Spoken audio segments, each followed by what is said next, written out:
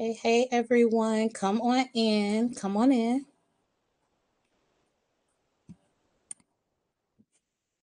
Hello. We're going to give everyone a few minutes to come in before we get started.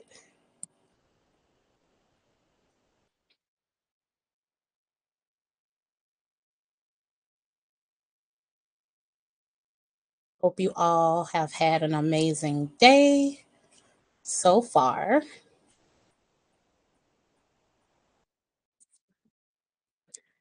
Hello and welcome. Give it a few more minutes and we'll get started.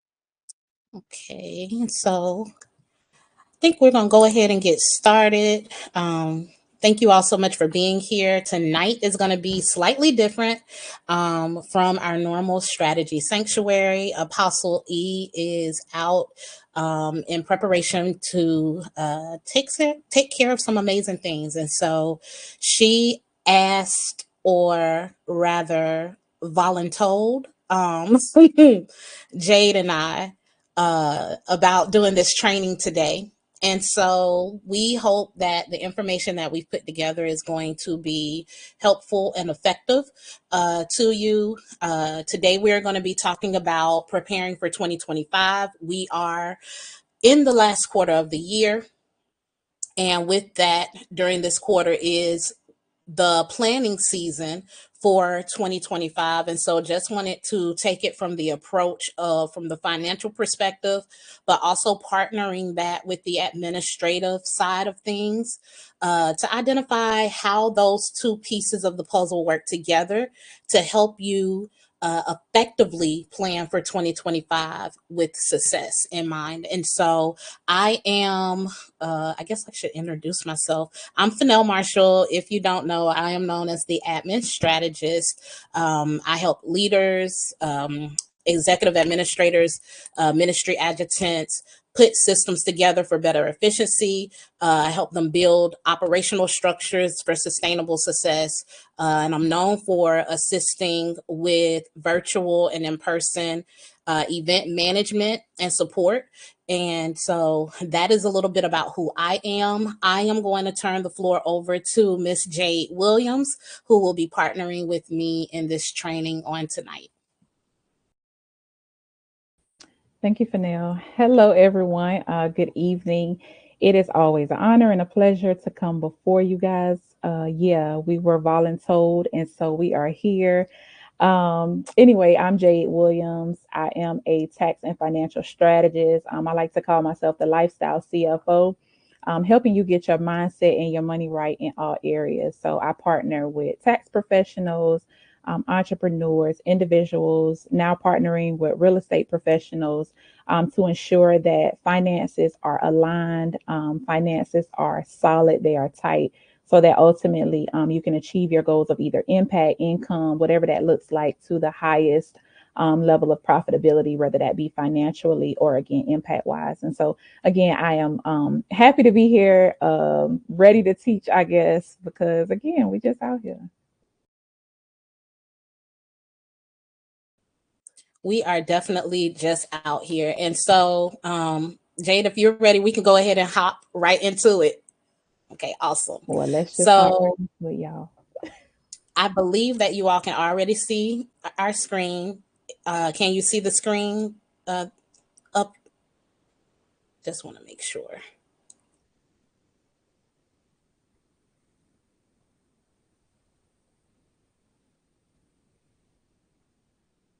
Okay.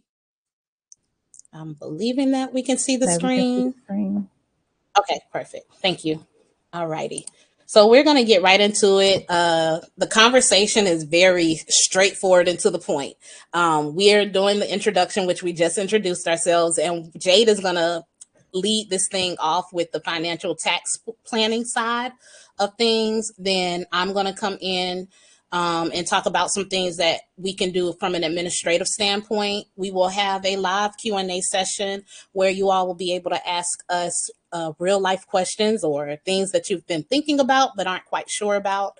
And then we're going to give you the opportunity to connect with us if you feel that you have additional questions and that you may be interested in some of the services that we offer as well. And so we are, as we all know from our apostle, yeah, this our stuff. So it's we, even though we were voluntold, we definitely had to sit down and get the language, get the knowledge, pull it together, compile it.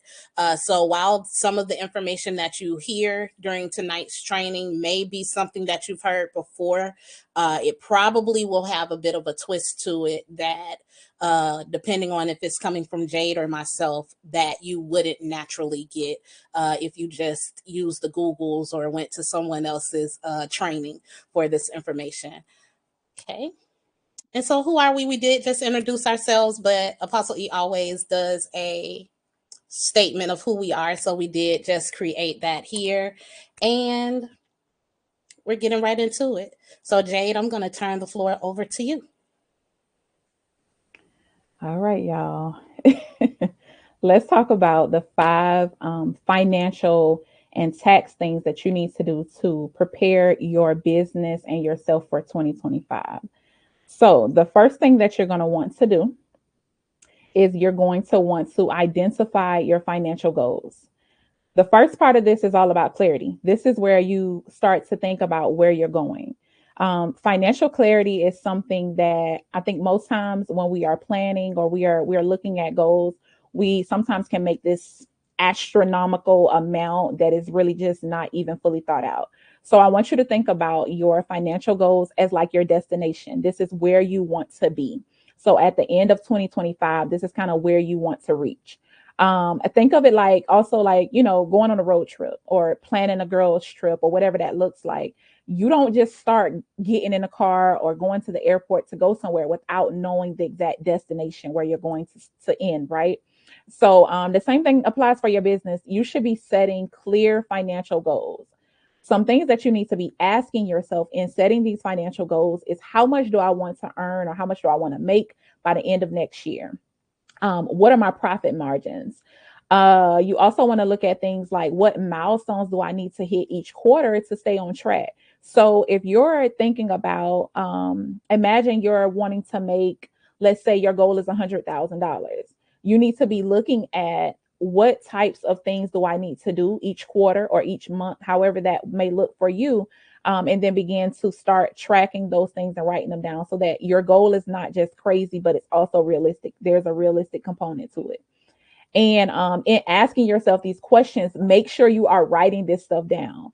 Typically, we as business owners, we are always in our heads, but the information that we need, the things that we need to help us is the things that we don't write down. So we're thinking about it, we're talking about it out loud. Fharnell will tell you, I always have a piece of paper together and I'm always writing when I hear stuff. So make sure you are also writing these things down, but also make sure that you break them down where they are smaller, simpler goals, where they're measurable. So some of you may heard the word SMART goals. You want to make sure that it is a SMART goal. Make sure that you are not picking something or setting a goal that, for instance, if your goal is six figures, but you haven't made $50,000, you may want to start at 50,000 versus 100,000.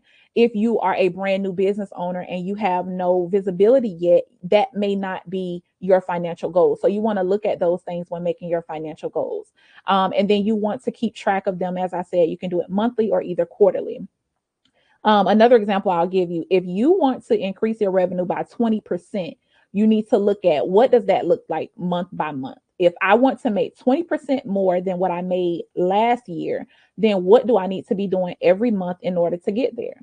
You also need to think about things like your expenses or things that you want to invest in, because that requires money. So that should be built into your financial goal. I want to invest in coaching. I want to invest in new marketing materials. I have a major expense. I'm going to need a new printer. I'm going to have to do some office renovations. Those things need to be factored into your financial goals.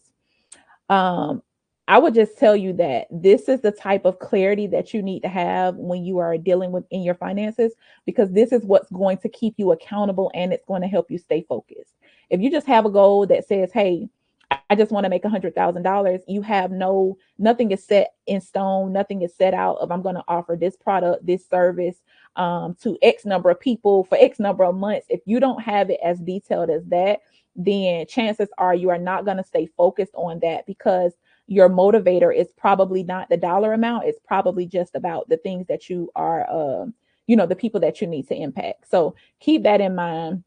Again, make sure that you're looking at, measurable goals. So when I say revenue is how much money you want to make. How much money do I want to make in my business? And I said, look at your profit margins. Your profit margins are speaking of how much money you want to keep. I have my revenue, that is my income that came in. I have my expenses, which is the money that I spent out. And then the number that I'm left with is my profit margin. My profit, well, it's essentially your profit. And so that's how much you want to keep. It can either be in a percentage or it'll be in a dollar amount. Your profit is typically what you use sometimes to reinvest. It is what you use to stay sustainable. And it's also what you use for another part of this that I'm gonna try not to go ahead of myself, but that is what your profit and your revenue looks like. And then you have your other financial targets and things like that. But again, number one is to identify your financial goals. So is this making sense? Y'all let us know in the chat, because I'm like Apostle, talk to me, I talk back. Don't just be looking at me. Um, but I'm going to move on into number two. The next thing that you must do is investigate your income. In the financial world, we call this financial forecasting. This is where we look at the big picture, right? So if I said that goals are the destination, that's where you want to be, then you will look at your forecast as it is your roadmap. Your forecast is what's going to show you twists and turns and things in the road. If you're driving, that's your forecast. You're looking at a map. If you're driving on the road, it's going to show you there's a mountain. You're going to turn right, you're going to turn left, there might be a road closure, there might be construction going on. That is what your map is going to show you. And so that is essentially what your forecast is going to show you. So think about, you are traveling and going on this road trip, but you're trying to figure out your budget. So you think about gas, food, your accommodations, and all the different stuff that's a part of your road trip. But that's the same thing that you have to do with your business, except for looking at gas, you're looking at like your sales. Sales is, again, it's like revenue. Sales is what is going to come in, the amount of money that you're going to make. You can equate sales with revenue. Your expenses, again, that's money going out. And then cash flow is going to be on my next point. So I'm not going to get ahead of that. But those are the things that you look at in your forecast. As I said, the map is going to show you roadblocks, road closures. It's going to show you any traffic. It's going to show you, bodies of water and things like that. Forecasting is all about making data-driven decisions. Without being able to forecast, you cannot determine exactly where you're going to go. You can't have, like, most of us as business owners, we're planners, right? We need to know A, gonna take you to B, gonna take you to C, and then what is going to be at the end when I get there. The problem is we don't fully forecast and we don't fully look at the bigger picture when we are doing these things in business. So for instance, I'm going to give you an example. Let's just say you have a bakery and you made $10,000 in sales every month last year, and you're wanting to increase your overall sales or your overall profitability by 10%. And I'm just using some basic numbers, because you're going to be, let's say, offering a new cake or a new cupcake or something like that. So you can forecast that your sales might then become $11,000 per month in the next year. But forecasting is about being able to go back to your past financials, Also looking at market trends. I wouldn't put out a red, white, and blue cupcake in the month of August. I may put it out in September. I may put it out in July. I wouldn't put out a orange cupcake in the month of, let's just say, May, because again, May is typically Memorial Day. So you would think to put out reds, blues, things of celebration. You would put out orange products in the later months, like, in the fall season. So those are the types of things that you have to look at when you are forecasting. This is one of the major problems why you do not meet your financial goals in your business, because what we do is we decide, hey, I'm going to offer this product, I'm going to offer this service. I don't care nothing about kids go back to school in August. I'm going to have this event, and I'm going to have it on the same week that parents are thinking about sending their kids back to school. And then your event doesn't sell out, and it's like, oh my God, nobody came to my event. No, you picked the wrong time to do it. So this is where forecasting comes in, and forecasting will tell you, hey, I wouldn't do that at that time of year. Typically, look back at your numbers at this time of year. Your income was not that significant. So don't do that. Then do it at a time when, hey, you made more money here, but not just making more money, you also didn't have a lot of expenses in this month. So not just how much you're going to make, but also how much money you have put out over the time frame. You want to look at, again, did your sales go up or down? Did they increase or did they decrease? Are you planning on launching a new product? Are you planning to hire anybody? These are all of the things that goes into forecasting. So you want to make sure you forecast the expenses and also your revenue. Again, an expense is what you pay out. Revenue is your sales. Revenue is what comes in. And then again, like I said, forecasting is not about guessing. It is about making sure you look at your data. Don't be afraid of your numbers. The numbers are actually going to show you how you can build a sustainable business. So let's move on to point number 3. And I see y'all in the chat, y'all saying, yes, this is good. Okay, okay. I just want to make sure y'all here because, make sure I'm talking to the right people, some people that really want to thrive in 2025. So the third point is to improve your cash flow. Now, what is cash flow? My God, what is cash flow? Because I hear about revenue, which is income. I hear about expenses, but I rarely hear people talk about cash flow. Cash flow is like, it's like the gas that you need in your car. It's fuel for your business. Cash flow is going to be what keeps your business going. So think about it. You on this road trip and y'all are driving Mount Everest and your gas light comes on. And so now you're stressed out because, baby, there is not a single gas station anywhere that you can go to. That is exactly what it feels like when you have poor cash flow in your business. It's not enough to just say, oh, my business made money.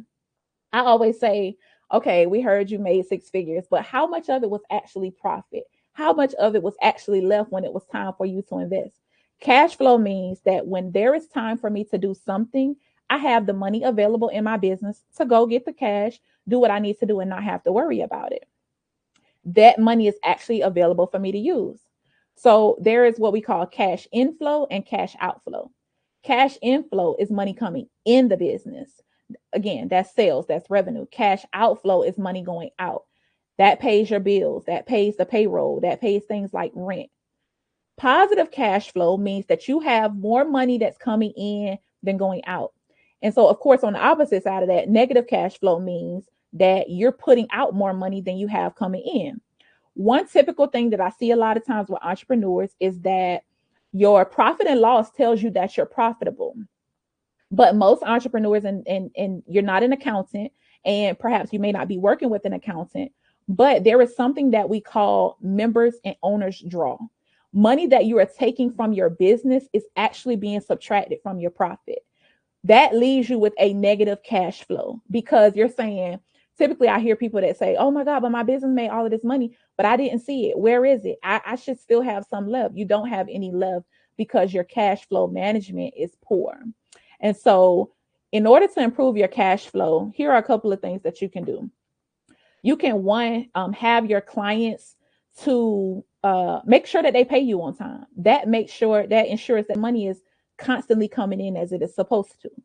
How would I make sure my clients pay me on time? Well, you can do things like, one, sending reminders. Oftentimes we lose in our follow-up as entrepreneurs. So if you are sending a client an invoice and you don't follow up, you don't send them a reminder, you don't send them an email, a personal email to just say, hey, sent you this invoice, because we know now things go to spam, things go to the promotional box. So just sending an invoice is not enough. If you want to be paid on time, obviously you want to make sure you're providing top quality services, but you also want to make sure that you are sending reminders. And then you can also offer discounts to your clients so that they can pay their invoice early. For an example, let's just say the invoice is typically due in 30 days, but you may add a 10% or a 5% discount if it's paid before X date. So think about your utility company, or when you go to renew your vehicle tag, they say, this is your renewal is on this date, pay this amount. If you pay after this amount, they may add $5, they may add $10. Even though it might be a small amount, you think about how you feel. Oh, well, let me hurry up and go pay this because I'm not paying them an extra $5. People love an opportunity to save money. I have clients who have government contracts, and the government actually pays them early because they know that they're going to get a discount versus waiting to the 30-day mark and then paying them. And so, also, one thing that you can do on the flip side of that is not client focused, but looking at your suppliers or your vendors and negotiate either a longer payment term with them, or even just, hey, if I pay this early, will I be able to, get a discount? That will allow you to either hold on to the cash longer, or you can keep whatever, if the bill is $10,000, but if you pay it early, it's only 9,000. So you have a $1,000 cash flow or cash injection that you keep in your pocket. And so cash in the bank means that you can just invest when an opportunity comes up. You're not scrambling. You're not like stressed out. If it's time to, oh my God, I want to join this coaching program. Oh my God, I want to attend this event. You don't have to worry about that because your business has positive cash flow. So let's move on to number 4. The next thing that you are going to want to do is, which is really big, is implement a tax strategy, y'all.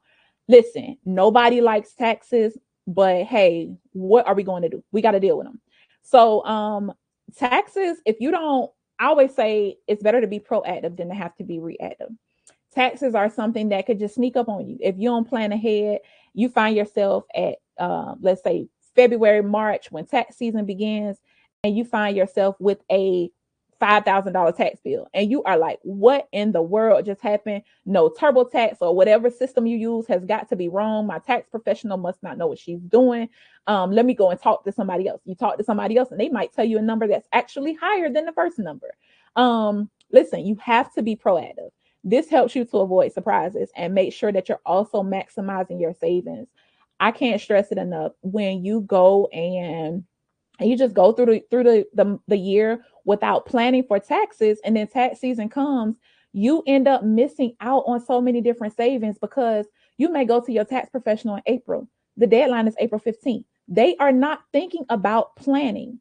One thing that I tell entrepreneurs, I hear a lot of people that say, oh, my tax preparer, they didn't do anything, but they just did my taxes, they didn't tell me anything. My question is always, how often do you meet with them? Oh, well, I just see them at tax time. Well, guess what? They are only going to prepare your taxes.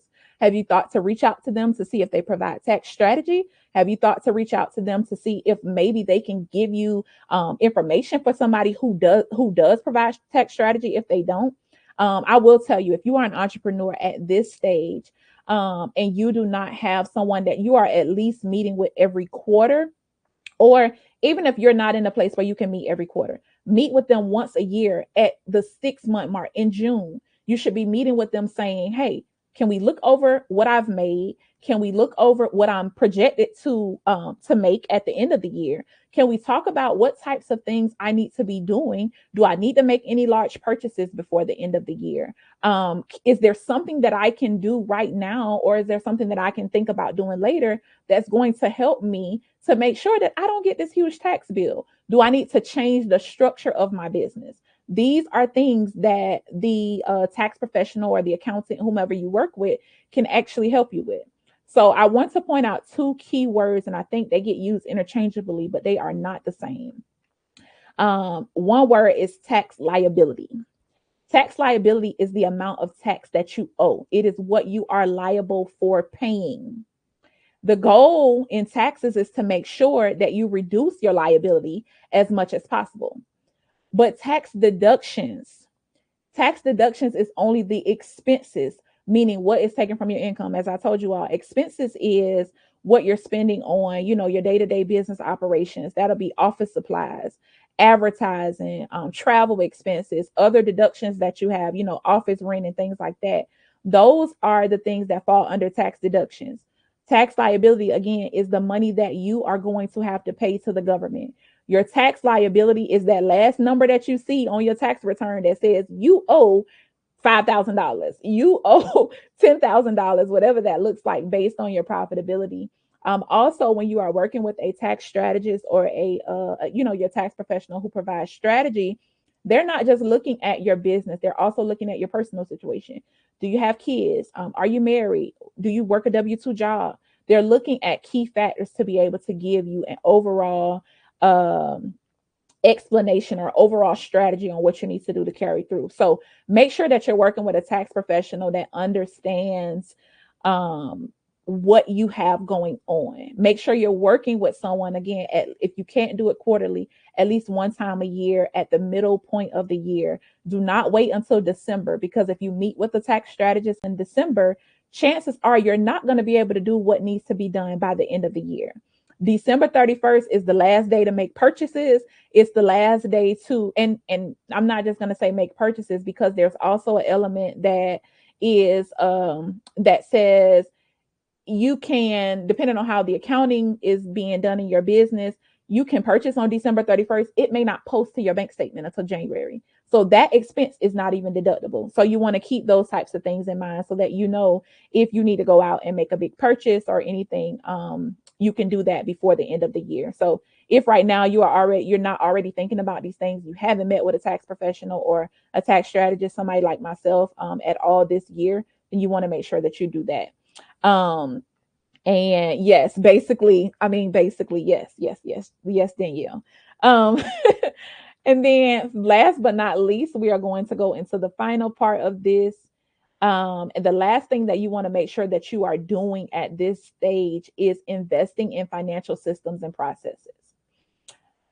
A good system is like a GPS, right? Your GPS, and I use on my phone, I have an iPhone, so it comes with maps, but then I choose to use the Google map, because sometimes the little iPhone map, it don't give. So think about your systems, as your financial systems, as your GPS. You need real time. It needs to know that that road was closed. It needs to know that, hey, don't go that way. Actually, instead of going this way, you can go this way and save you more time. Things like that. If you are a person who is doing everything manually, I encourage you to stop immediately.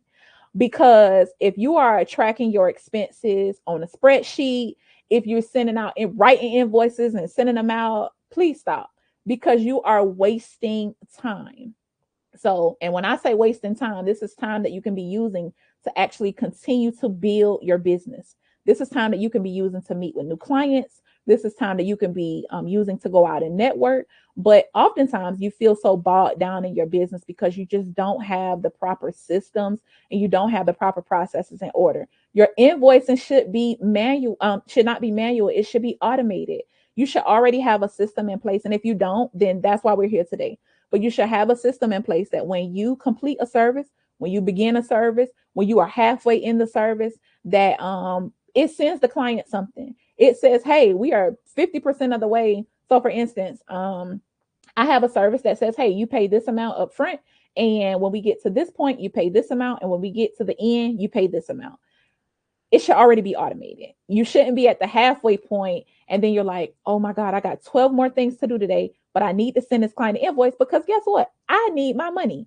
So have those types of things set up where all you have to do is maybe click a button or move it through a workflow, and then it will automatically send that invoice out to your client. Um, Two words that, well, I would just say one. Two things that I want to point out. Accounting software. This is things like QuickBooks. This is, for some people, it's Quicken. You can use things like, there's a new one called Wave Apps. There are a number of accounting softwares. If you ask me which is the best one, I will always say QuickBooks, because QuickBooks is a software that it is going to as you grow, it's going to grow with you. You may have to upgrade, but it's a software that provides you with everything that you need. If you are a new entrepreneur and you're not at the space to be able to make the investment into QuickBooks every month, then one that is also still good is Wave Apps. That is a newer accounting software. I think someone told me recently they really don't have a free version anymore. It may be like very low cost, but it's not as expensive as QuickBooks.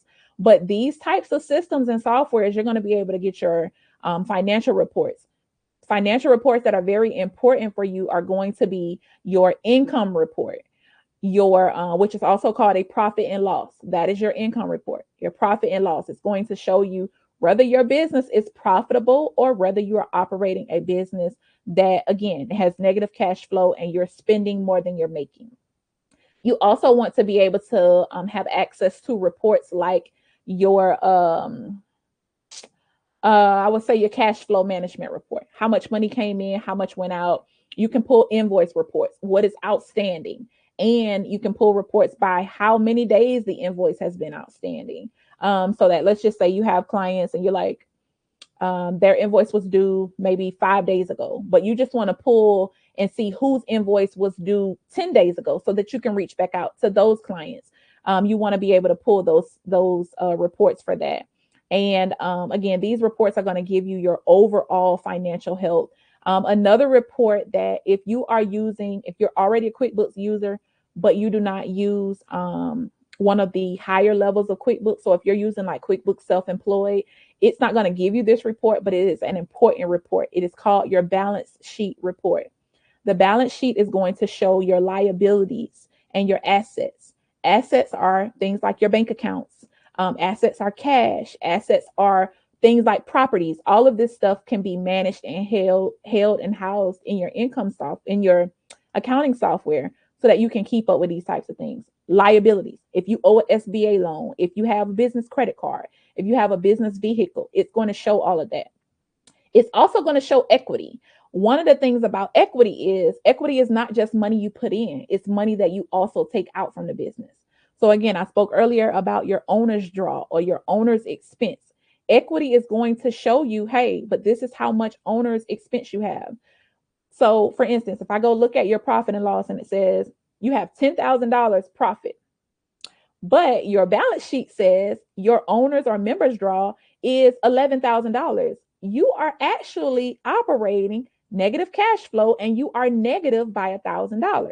So that is why the balance sheet report is so important. That is why, again, more updated and upscale reports and accounting system is going to help you get further as a business owner. It's going to help you make more data-driven decisions again, so that you're able to thrive in 2025 versus, just trying to get your ducks in a row every time you think about finances. These things are also going to help you when it comes time to get a business loan. If it's a business loan or business funding, the SBA loans, or if you just want to go to a company that offers business funding, business credit cards and things like that, it's not always because you have business credit built. It's also, they will ask you for your financial documents. So if you don't have that, then make sure that you implement a financial system. The other thing is automations. As I said, make sure that your invoices are automated. You can send them to your clients just by clicking a button. Make sure that even your thank you message is automated, things like that.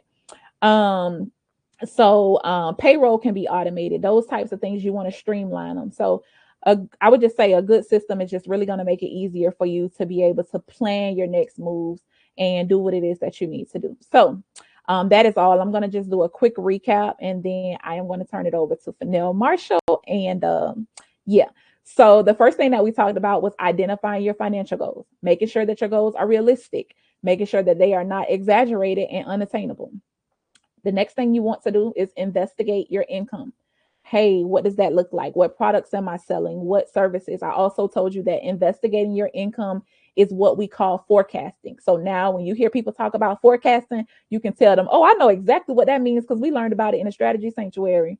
The next thing that you want to do is look at improving your cash flow, making sure your clients are paying you on time, making sure that you are not, just spending just because the money is there. Implement a tax strategy. meet with a tax strategist, an accountant, somebody who can help you. And then also, the last thing that you want to do is invest in better financial systems and processes. And when you do these 5 things, again, like I said, this is the goal of this is to position you not just to survive, but thrive in 2025. So I hope these tips help you, and they are going to put you on a excellent path forward. And so again, I'm going to turn it over to Fharnell Marshall, the admin strategist.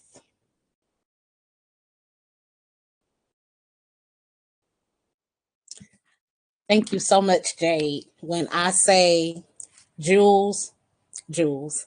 And so we are going to keep pushing right forward through this. We are going to take a moment, and I'm going to try and, because I was over here taking copious notes as well. And I'm going to probably mention a few things that connect finance, some of the things that Jade mentioned, with the planning process for 2025 from the administrative standpoint, and how these two things partner together. And the one of the things that I would love to share just before I get started going into the 5 administrative steps is that these are principles that we can actually implement in our personal lives. I know Jade was talking more from a business strategy side, but these are things that when she's talking about cash flow, do you have negative cash flow? Hey, I used to be a serial purchaser of overdraft fees. I purchased them. I knew I was gonna have about 4 or 5 of them every paycheck, and I lived my life like that for a very long time. And so, just wanting to encourage you to not just think through if this is. I don't have a business, so this can't work for me. These principles and these skill sets still work, even from a personal level. And so, yes, so we're going to go ahead and hop right in to the administrative steps that you're going to say. And it's funny because, Jade, we didn't talk, and some of the things that you said are literally the exact same thing. So very, very interesting. So getting right, kicking it right off. The first thing from an administrative standpoint that we are going to want to do as we begin preparing for 2025 is taking the framework that Jade used with identifying your goals. In order to get serious about those goals, you've got to actually put down some outcome measures to be able to grade where you are with those goals that you're putting forth. And so, one of the easiest tools that most of us or many of us have heard or learned about is having those SMART goals. You want to make sure, and I'm not going to stay on this one too long since Jade touched on it, but you just want to make sure that you have clear, actionable, and achievable goals. And so you want goals that are specific, you want them to be measurable, you want them to be achievable, you want them to be relevant and time bound. And so I'm going to give a quick example of what a SMART goal looks like when we take that mindset and actually put our goals in place. And so instead of, if I want to lose weight or I want to get fit, right? Instead of me just saying I want to get fit, so I'm going to go join a gym or I'm going to hire a personal trainer, I just want to get fit. What does fit actually mean? So that means that I got to get specific about what fitness is. Fitness may mean I want to lose 10 pounds, but fitness also may mean, hey, I want to be able to go up 2 flights of stairs and not feel winded and out of breath. But what is that specific thing that you're looking to do? The measure. So how am I going to track it? I'm going to track my process by weighing myself weekly. Or if it's the stair example, then I'm going to track my process by taking the stairs, making sure that I am intentional about going up and down these stairs and paying attention to how I'm feeling as I'm doing it. Is it achievable? What is the realistic goal? Hey, you know what? So I want to start walking or getting active for 30 minutes a day, 3 days a week. Is it achievable? Because I don't want to say, yeah, I'm going to work out for 2 hours every day, Monday through Saturday, or yeah, take off only Sunday. Be for real. We're going to quit. We're going to quit really, really quick. And is it relevant? What is the relevance of it? You know, this is important to me because my health is important, and I can't be a value to other people if I'm not healthy. And what is the time frame that I'm giving myself? Hey, I'm giving myself 3 months, or I'm giving myself a month. I should be, by a month, I should be able to take a flight of stairs with this goal. I should be able to take a flight of stairs and not be able to be winded, taking going up and down twice in a, a easy pace setting, and be able to do that. So one of the things that I really would like to encourage you all to think about or consider as you're going into 2025 is identifying one thing that you know you want to achieve in 2025. That may be you want to obtain a new degree. It may be that you want to go to a particular training session, or you want to learn some new skill sets. But identifying what that is, giving yourself and following just what the SMART goals say. What is it? I want to learn how to, I want to become a notary public. So what does that look like? How am I going to do it? I'm going to go and identify what the steps are to become a notary public. I'm going to submit my paperwork, take the test. But so now I'm identifying it because it's measurable. And so now, is it achievable? Yes, it's achievable because I have laid out what that process looks like. And as long as I go through these step-by-step things, I'll be able to achieve this. I can go and research, how long does this normally take? Okay, this is how much time I can commit to doing this so that I can get this done. Why do I want to do it? I would like to add an additional stream of income to my current business flows. What is my time frame? Well, based off of the average level, it normally takes people about this long. I'm going to give myself a buffer because I can only do this part-time. So I'm going to add a little buffer to it so that I give myself the space to be able to do it. So I may say I want to give myself 2 months or 3 months to do this. And now I have an actual SMART goal that is attainable, that's trackable, that's measurable. And now it's almost like when we get words from God and we go back to him, and it's like, hold on, wait, God kept his promise on that. I need to make a note of that. We can do the same thing with our SMART goals as it relates to that when we do excellent job of tracking it on the front end.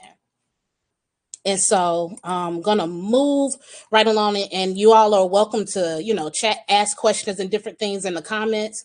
Um, and so the next thing that is so important is your time and calendar management. This is something that when I deal with executive level leaders all the way down to entry level support staff, many people have issues with time management and calendar management because we've got to juggle all the things. And some of us are doing all the things by ourselves. And so it is very important to, number one, be able to take time to figure out a prioritization system, but to also, before you even take in a prioritization system during this time of the year, go ahead and be thinking about what does 2025 look like from a calendar perspective. I remember I used to work for a nonprofit organization, and around this time of year, they would send us documents and say, hey, we need to know what your time off requests are going to look like next year. And it's like, but it's a whole year and a half, year and a quarter early. I have no idea. I'm used to giving y'all a 2-week notice and making a play on the move and go ahead and do what I want to do. And they're saying, hey, no, because from a strategic standpoint, we have goals as a business. And because we have goals as a business, it's imperative that we know when you're going to be out of pocket or when you're planning to be out of pocket if you already know it. Of course, we understand that things can change, but if you already know that you're planning to go on a 1-week cruise and you're gonna be out of pocket in July, and that's our biggest time, one of our heaviest times of the year, then we need to know that we need to bring somebody in to help make sure we can manage those tasks effectively, because one person can affect the whole bunch when it comes to team. right? And so being mindful of what your calendar looks like. And that can even be being mindful on a weekly or a daily basis. Hey, if you know that you and hubby or you and boo, y'all have date nights on the second and third Fridays every month, and you go out of town on a weekend getaway once a month or however that looks like, go ahead and block those dates out in your calendar now so that somebody doesn't accidentally come, and it's not an accident, but somebody doesn't come and ask you or invite you to do something and you turn around and you say yes to it, and now it's, oh, but I forgot that son got football games on Friday nights, and oh, how am I going to try and figure it out? And so now you're in the crux of, do I not uphold my commitments or do I disappoint my son, right? And so those are things that when we take the time to identify, what does that time look like? How long does it normally take me to get to work or to get to a certain thing? Well, let me go ahead and buffer out in my schedule that I'm not available between these hours because I actually need to be prepping to get on the road at this time if I need to go run up to Birmingham, or I need to go run to Atlanta, or I need to go downtown to a meeting for a city council meeting or whatever. Let me make sure I block out time to travel. Because now I'm even creating an acknowledgement and an awareness in my head of something may start at 7:30, but I actually need to be ready by like 5:45ish, because depending on where I'm at, if I'm in Atlanta or somewhere else, depending on what day it is, I might get stuck in traffic. And I need to be able to account for that. But if all I'm thinking about is the start time of whatever it is, I'm not putting that into play. And so, one of the school tools, that I use when it comes to these types of things is the prioritization system. It's my traffic light system. It's very, very simple. And so with the traffic light system, once I've identified, hey, what are my non-negotiable times, dates on the calendar? Hey, I know that we celebrate Memorial Day every year in honor of my grandfather who served in the military, who's no longer with us. If you know that, go ahead and make sure you block that out on your calendar. And that can actually be a calendar block. You want to make sure that it's saying that you're busy, but you can actually go ahead and say, hey, every year on this weekend, every year, put a block here. And your calendar will actually go ahead and pre-block all of those future dates for you. And so once you've identified what those non-negotiables are, even understanding what your best time frames are for working. I'm a night owl. I'll be honest, that 5 a.m. to 10 a.m. stretch be very, very hard for me. Now, on the flip side of that, I'm going to bed around 4:30. So I had to learn, and I'm saying 4:30 in the morning.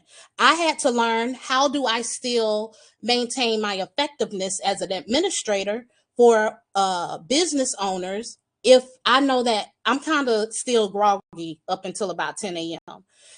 Well, I know that I can go ahead and pre-plan. I can pre-prep emails if I need emails to go out at the top of the morning. I can do these things that will help um, make it make sense for me. And now these things are things that are scheduled.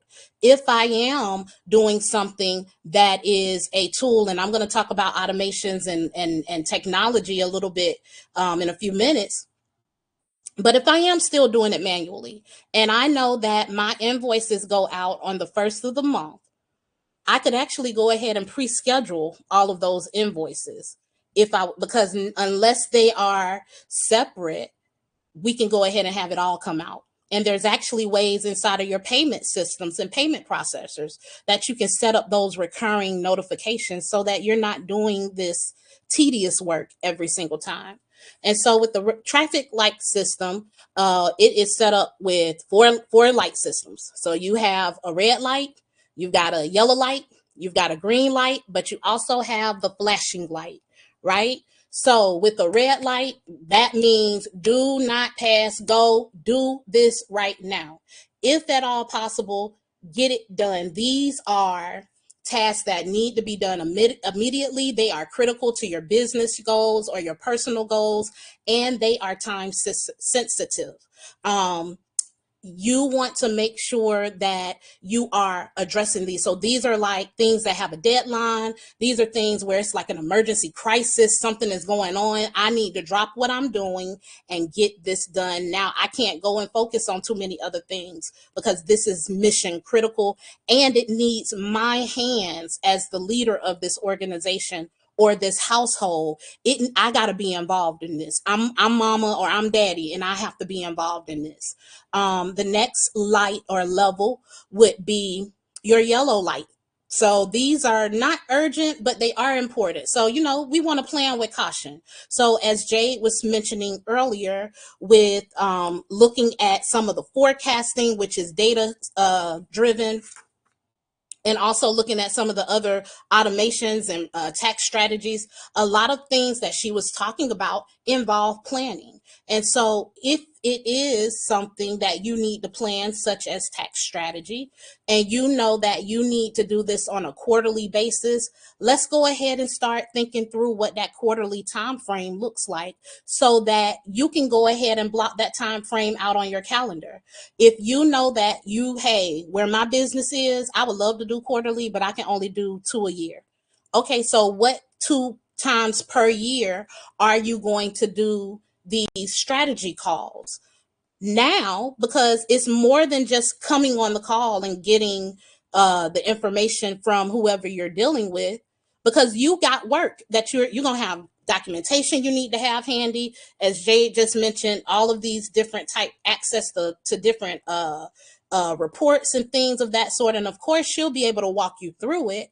But why wouldn't you want to maximize your time with her? Because she's not free and she's not cheap. But so why wouldn't you want to maximize your time with her in order to be able to get everything that you could possibly get out of your strategy call with her, then coming in and having her do work that you could have done prior to your call? So yeah, we now know twice a year. So let's say we want to do a session in maybe March and then one in October, maybe, right? Well, if I identify what the time frame is, I want to do it the last week of March, last week of October. Maybe that week prior, all the way through, I'm going to go ahead and make a note on my calendar to-do list that, hey, prep for a tax strategy session. Contact tax strategist, schedule a session, confirm date, time, link to session, I'll identify what information is needed for session and, have it scheduled to set a reminder closer to the date so that, again, it doesn't pop up and scare like, oh God, I thought that I didn't realize today was the day I need to have it. No, set a reminder so it reminds you of those things. So planning with caution, making sure that you're being aware of those things that go into it so that you can plan effectively. This goes into strategic tax planning, even building relationships, and also things like personal development. So a quick example of this is I can be, when I'm not around my friends, I can kind of be, it can seem like I'm being standoffish sometimes to them. And it's not intentional. It's just that I've learned how to put people in a box and kind of tuck it away so I don't miss them.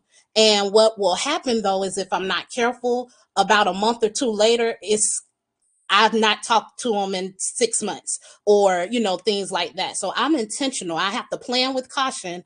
I have certain days that I call certain people and we have conversations, and we know that that's our time to help develop our personal relationships as well as same thing with personal development.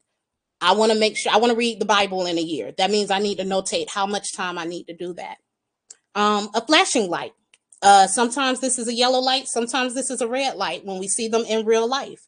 But flashing lights mean that this is urgent, but it's not quite important for you to have your hands on. So this could be anything from just administrative work, but it can also be cooking dinner, right? So if you have a teenage child at home, you may be able to call home from work and say, hey, take that chicken down and put it in the sink and let it thaw out. And then once it's thawed out, go put it in the crock pot and get that Rotel sauce and get the cheese and put it in there and put some seasoning and go ahead and turn that on low for me and get this meal cooked.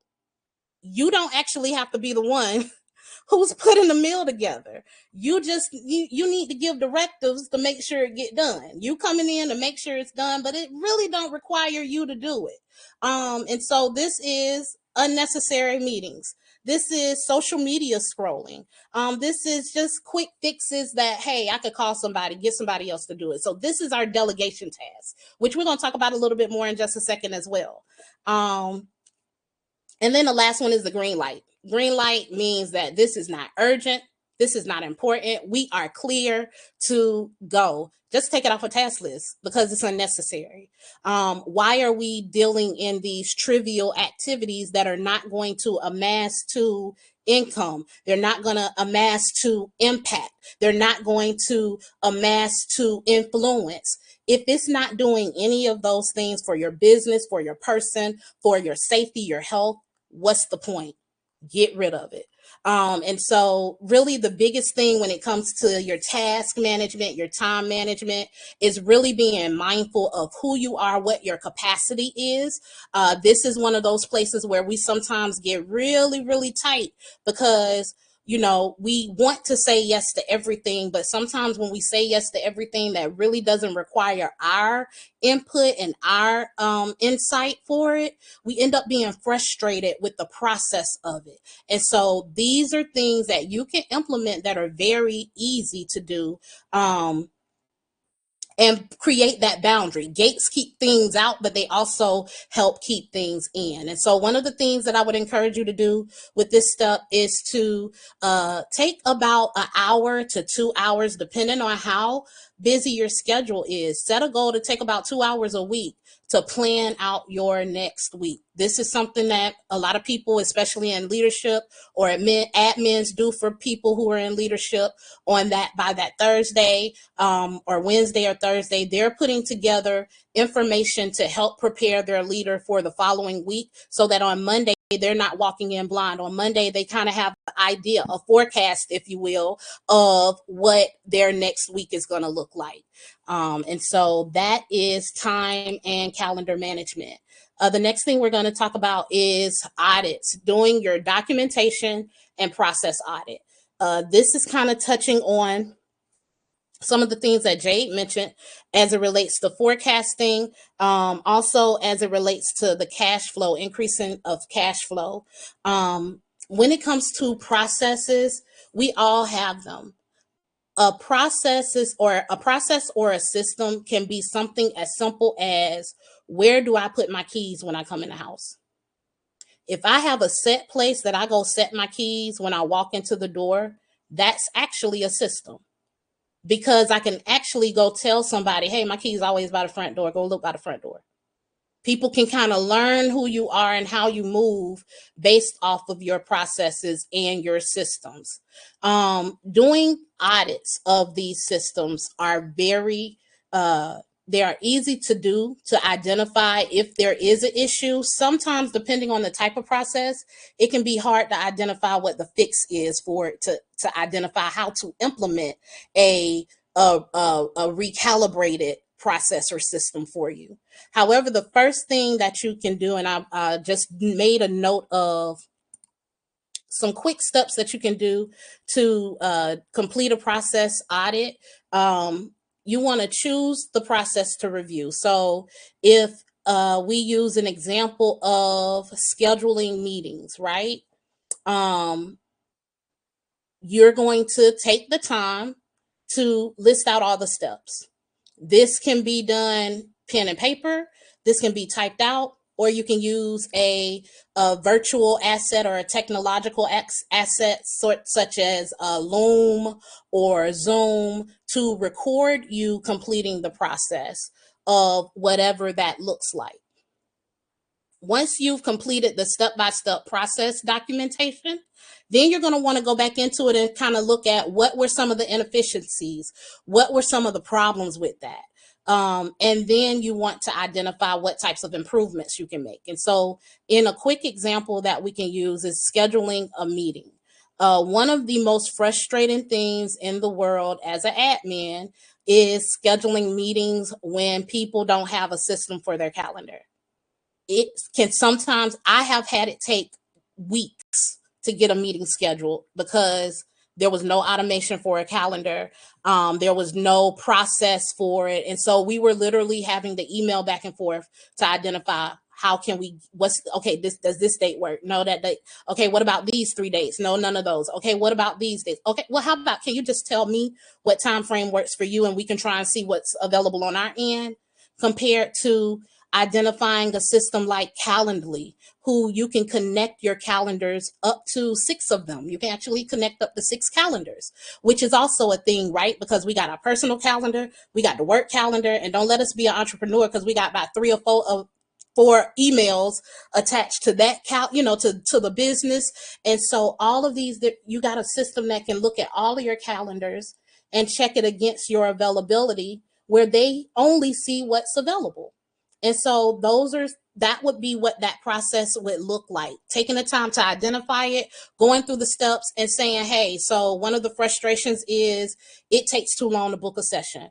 By the time we actually get the session booked, the problem may or may not even be a problem anymore. It may have completely blown over, or it may have completely blown up. And so identifying what options are available to streamline the process, looking at a technological asset to streamline the process, buying into it, making sure your calendars are connected to it. Now you can go back, re-record or re-document your process, and that would allow you to now create a standard operating procedure for how this task is completed moving forward. And so one of the things that I would encourage you to do is to just think through some of the things that you do on a regular basis, to identify what that looks like. Is it something that you don't like about it? And the something could be, hey, I actually don't want to be involved in this. I actually don't want to be in this conversation about, I had a client that I was working with a couple of days ago. She had a speaking engagement over the weekend. The host of the event didn't pay her. Now she kept her word. She showed up for the event. She spoke. She, got the people going and came home and was very frustrated about the fact that she was owed thousands of dollars and thousands in double digit dollars and had not received them. But she was so overwhelmed with the idea of having to be the one who reached out to the event host. Well, guess what? That was one of those things where we said, hey, so from now on, the process is going to be, we're going to have a system in place that whenever you speak, we're just going to go ahead and send a thank you letter out at the end of your event. Hey, thank you so much for having so-and-so on this event. She enjoyed being there and being a part. If you haven't already done so, do the same thing that bill, when they send our bills, an email alert reminder about our bill. If you haven't already done so, please remit the final payment in the amount of da-da-da-da-da via one of these methods. Please keep us in mind for future events and so on and so forth, right? But now that's a process. She identified, hey, it was too many inefficiencies because I don't want to offend the people who I know who may be bringing me in or offend the relationship. And so I just need a buffer in between. That's why you got me. So I can be that buffer. And so being able to identify a process that you feel like, hey, I feel like this should be easier. What am I missing? List the steps, look for the inefficiencies, document them, and let's work to find improvements so that we can implement them. Okay. The next tip is delegations of tasks. This is one that, believe it or not, is very, very hard for a lot of leaders to do. I can't tell you how many times I get corporate leaders who come out and say, hey, I want to learn how I can be able to get rid of some of all this work, or not get rid of it, but offload some of all this work that I'm putting my hands to, right? But there are certain things that's nuanced as leaders that sometimes we don't recognize that we do, like open our hand and let somebody else do it. I am guilty of it, have been guilty of it. And I think though that when we don't do it, we don't realize that we are unintentionally creating a negative impact on our team and on our business, and on the relationships within the team and the business. So some of the reasons why delegation is so critical for scaling your leadership and improving your team efficiency is because it actually frees up the strategy players, the strategic minds on your team.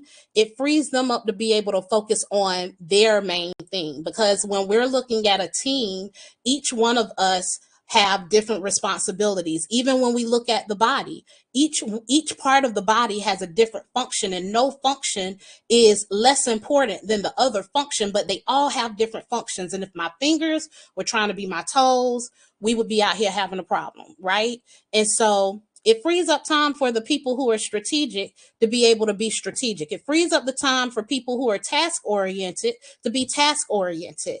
It empowers and develops those team members, because now I'm actually able to lean into the thing that I like to do, which more than likely I'm going to be more inclined to go and look for new ways of doing things, for new ways of that for new trends. I'm probably going to follow the trends that are based around the area that my focus is in. So it actually allows me to become more empowered in the area that I operate in directly. It increases productivity because everybody is doing their part. As I just mentioned, it increases innovation, but also diverse thinking, because each of us come from different backgrounds. We've experienced different things. Apostle E has mentioned about um, writing a billion dollar campaign some years ago. Well, I have nonprofit experience as well, but I don't have that side of the nonprofit experience from a fundraising standpoint.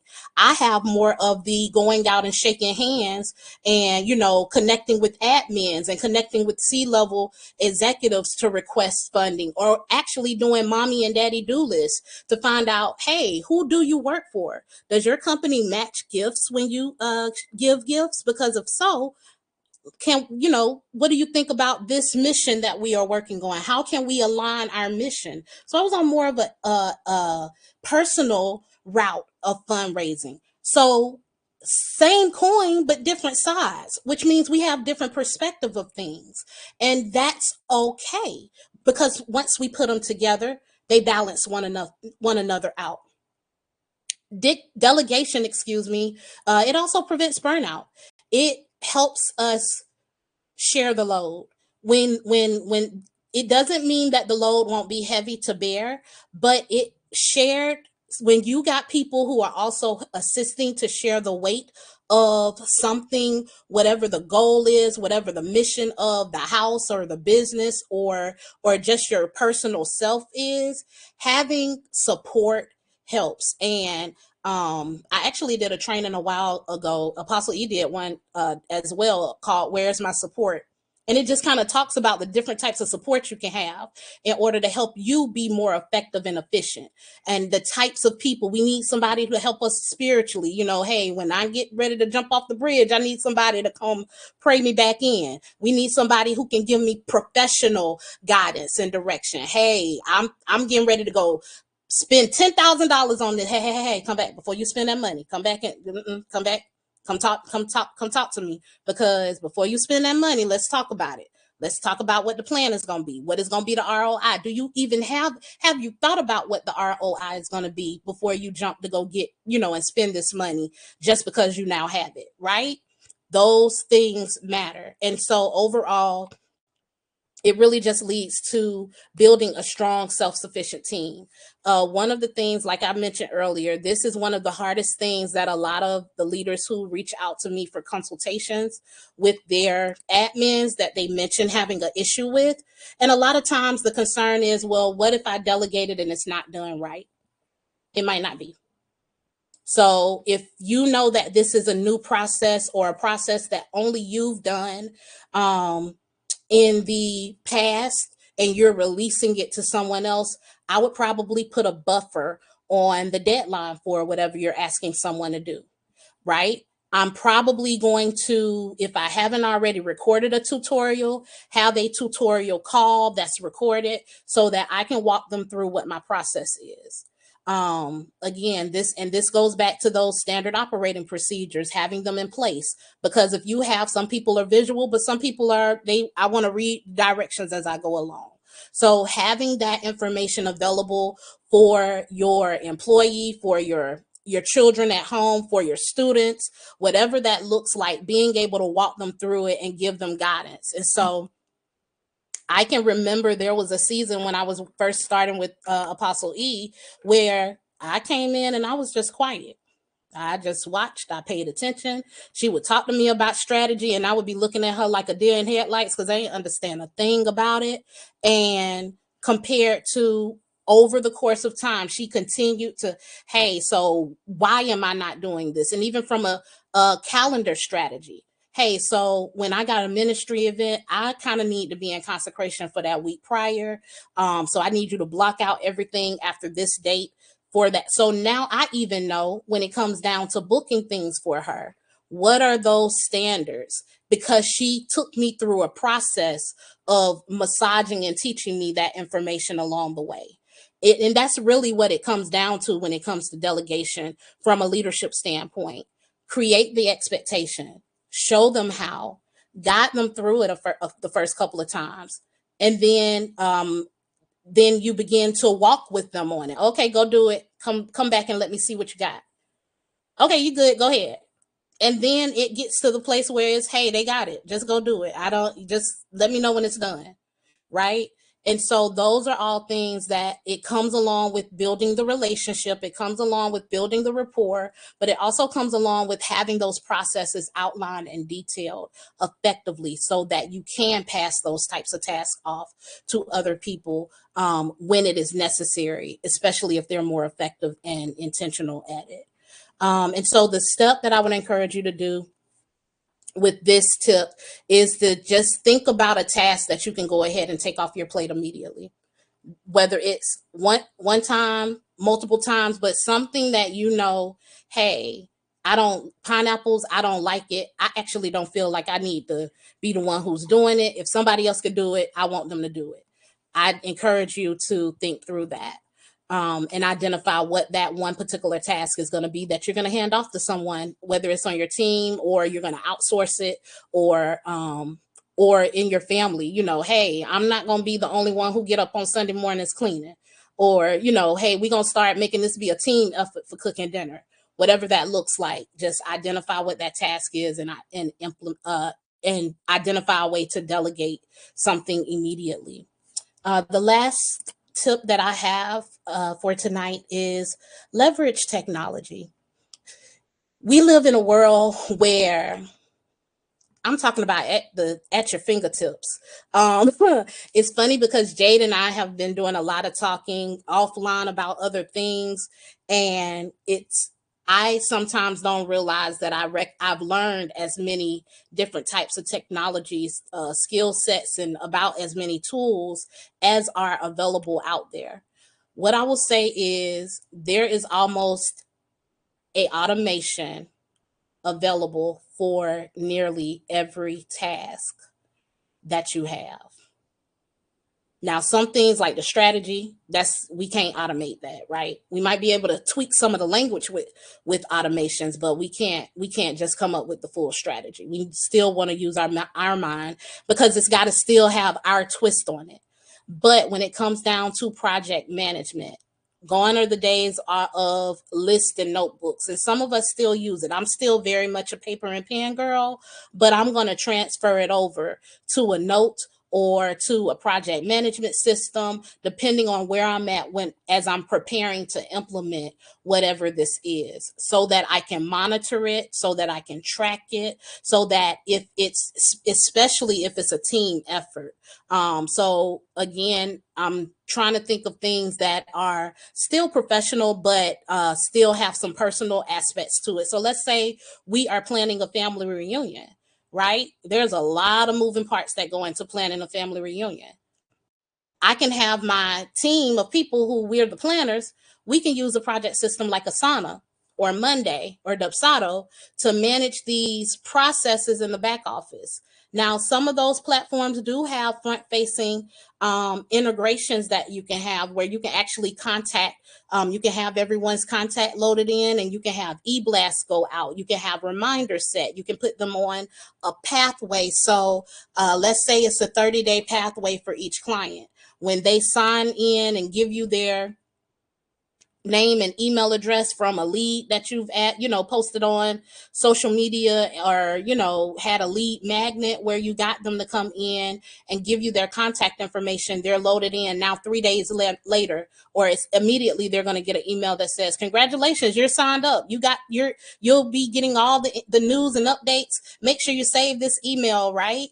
And then a couple of days later, you might get another email that says, hey, and it's going to be related to whatever lead they came in through, whatever that pathway is. And so, hey, you clicked for our free 2025 planning ebook, and we gave you that planning ebook, but would you like to have the workbook?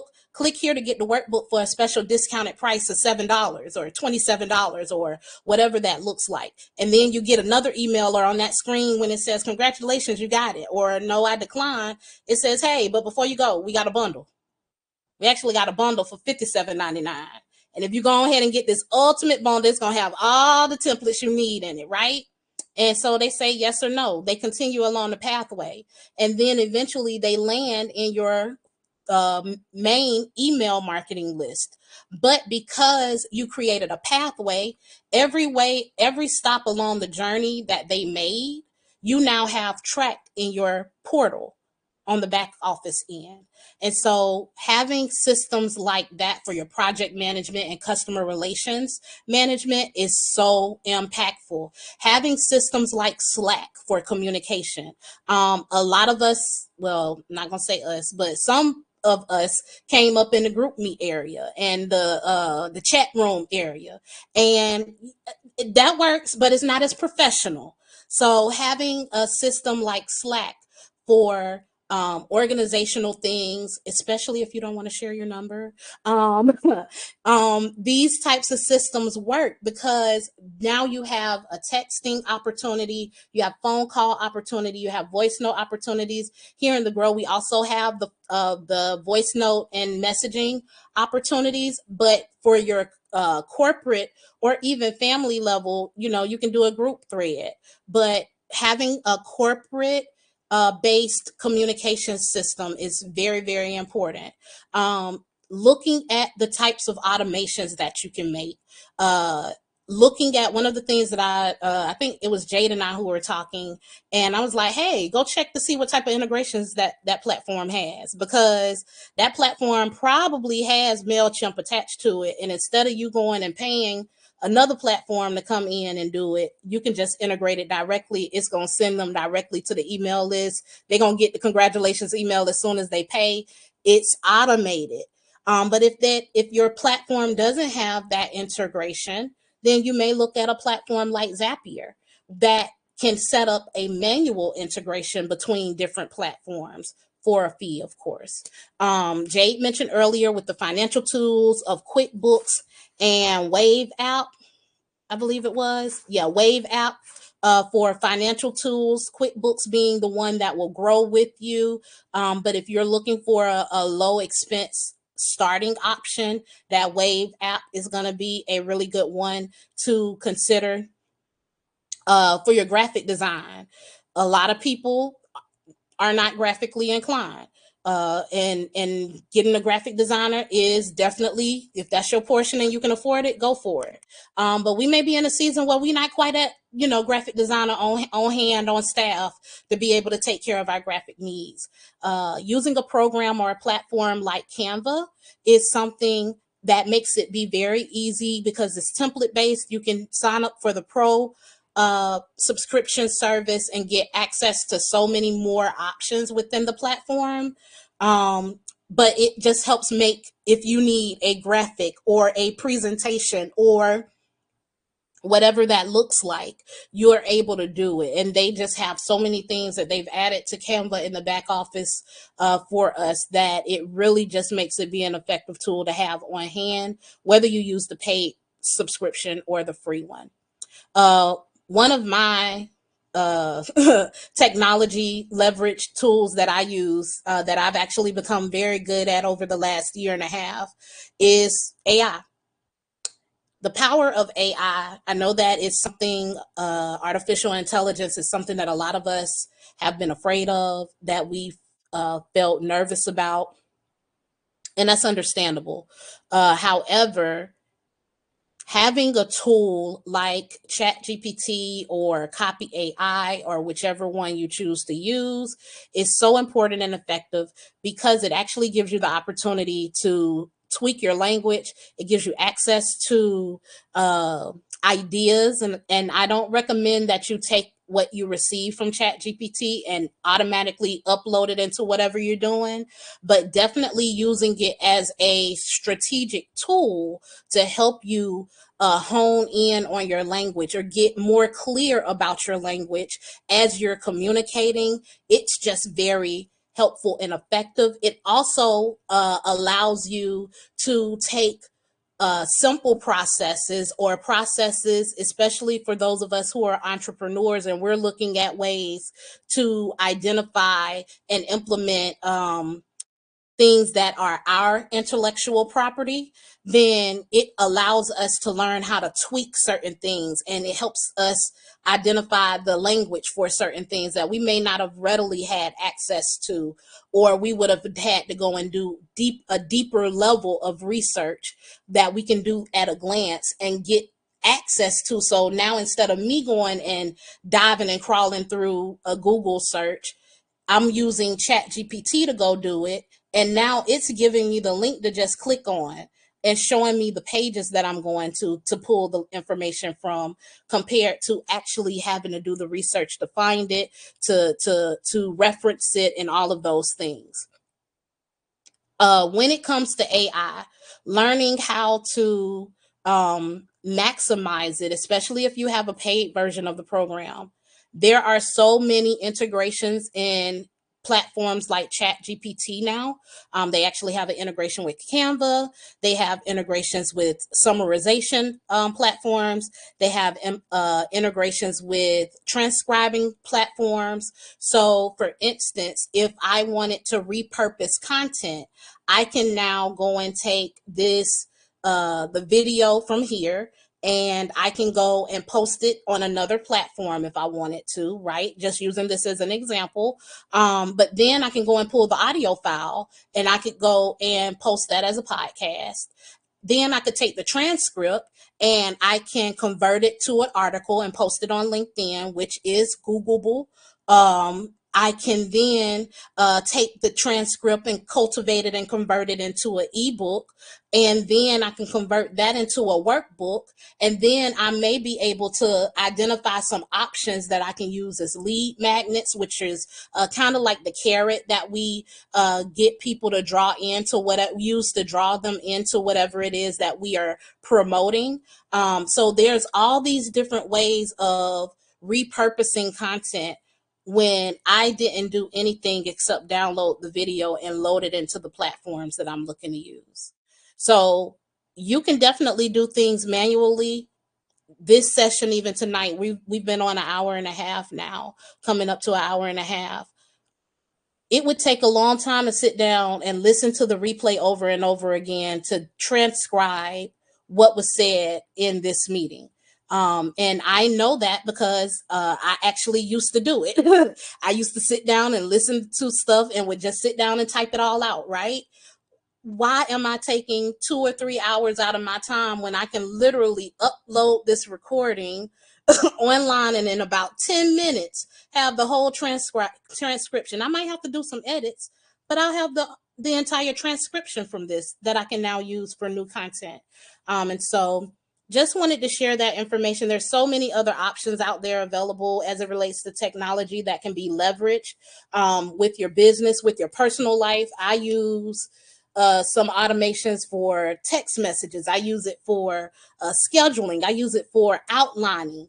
Because again, taking this to say, if we wanted to take the replay of this video, I could go back and I could ask for an outline with actionable steps, and it would give me that information and help me get to the details, get to the meat of it in a much more expedited way. And so I'm going to do a quick recap of what the 5 administrative things are that we can be doing now to prepare us for 2025 to be able to maximize our profit and our efficiency in 2025.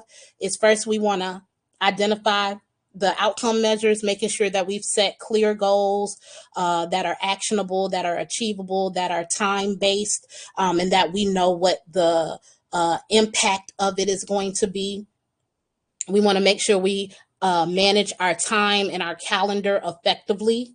We want to go through and complete documentation and process audits. We want to make sure that we begin identifying what tasks we can delegate.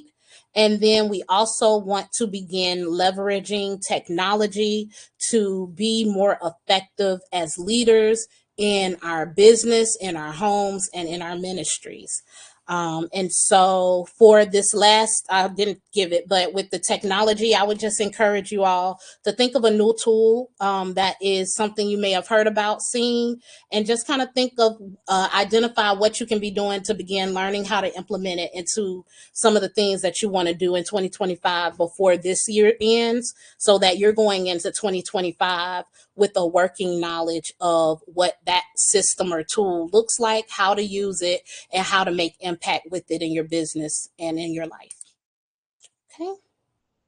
And so that segues us right into the Q&A session. I am going to stop sharing my screen, and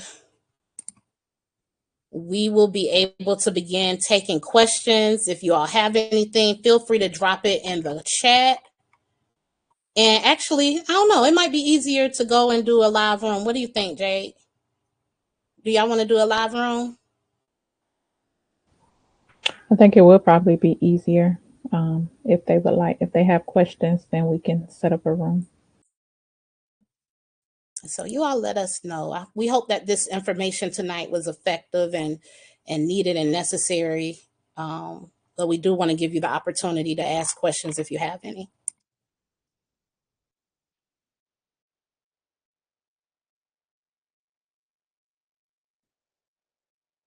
And so what we'll do is we'll go ahead and hop over to a live room. And if we have people who come in, we'll be more than happy to answer any questions. But we do want to definitely thank you all for being here tonight with us for this training. We hope that it made impact, that you all gleaned the information. What is a good automation tool for scheduling content? So you have the Hootsuites and things like that, but what I would say is it really depends on what platforms you're looking at scheduling your content on, Danielle. That's a great question. But also, it depends, because you want to be able to make sure you're still going to get your insights and analytics from whatever platform it is that you're looking to post on and schedule your content out for. And so I want to get a little bit more context. So we're going to close this stream and hop over into a live room. If you give us just a moment, if you would like to come in, you'll see an alert that says we're live in just a few moments. All right. Thank you all so much for hopping on tonight.